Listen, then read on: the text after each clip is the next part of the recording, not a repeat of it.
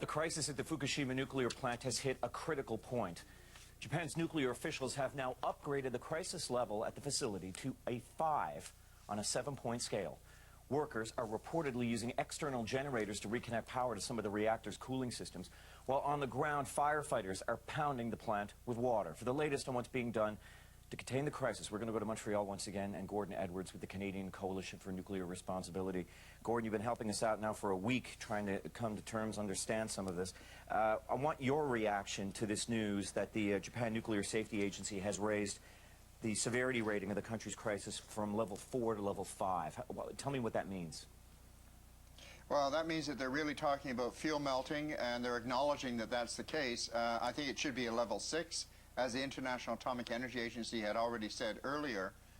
So Japan is sluggish to acknowledge the full scope of this tragedy.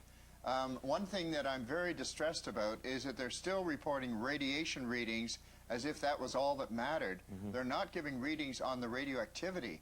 The fact is that there is radioactivity in the core of this reactor, which is very unusual. Number 3 is fueled by MOX fuel, which is plutonium-based. They should be giving readings on how much plutonium is being emitted into the air, because the radiation is what immediately affects the workers in doing their job. But the radioactivity is what is going out and which is going to influence people for generations thereafter. Can you just elaborate on that a little more? I want to understand that I mean, because obviously this is very significant, the difference between a radiation level and radioactivity. Well, in the spent fuel bays, for example, there is a lot of penetrating radiation which is being given off, and the water in the pool not only cools the spent fuel, but also provides a shielding against that penetrating radiation. So just by dropping the water level down to 0, you get a blast of deadly radiation coming off of it, which was previously shielded by the water. Right. That immediately affects the workers. However, inside the spent fuel, there's all these radioactive materials, and one of the worst in the case of Unit 3 is plutonium. So that when the radioactive materials are scattered abroad, they're going to come down to Earth, and they're going to be in the environment. They're going to enter the food chain and get into people's bodies and create internal irradiation risks.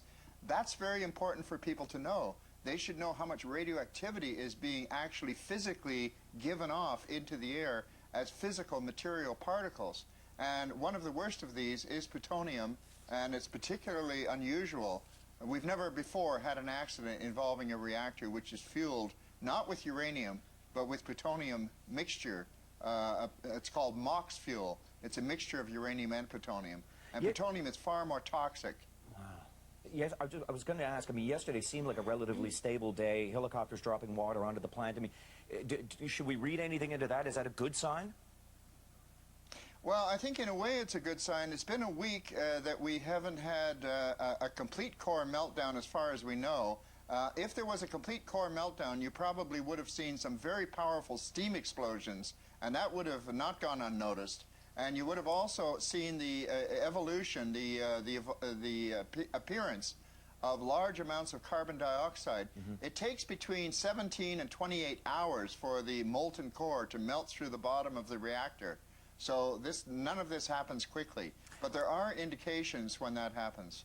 Gordon, the Fukushima 50, these workers, I think some 50, we're hearing reports that maybe 5 of them have already been killed, but they are in there, a bunch of technicians and soldiers and firefighters all desperately risking their lives to try and contain this. Tell me, on a day like today, what would be their game plan? What are they doing? We understand they're not doing much sleeping or eating. What are they doing?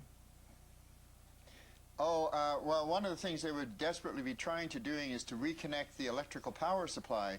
And that is not so easy in itself, and is particularly requires improvisation for the spent fuel bays, because the spent fuel bays are designed in such a way that they do not have any backup electrical system.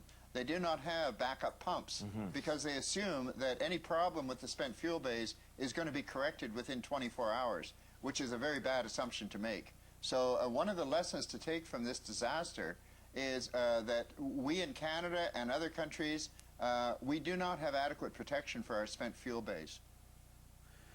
Gordon, once again, we appreciate your expertise. Thank you so much. Thank you.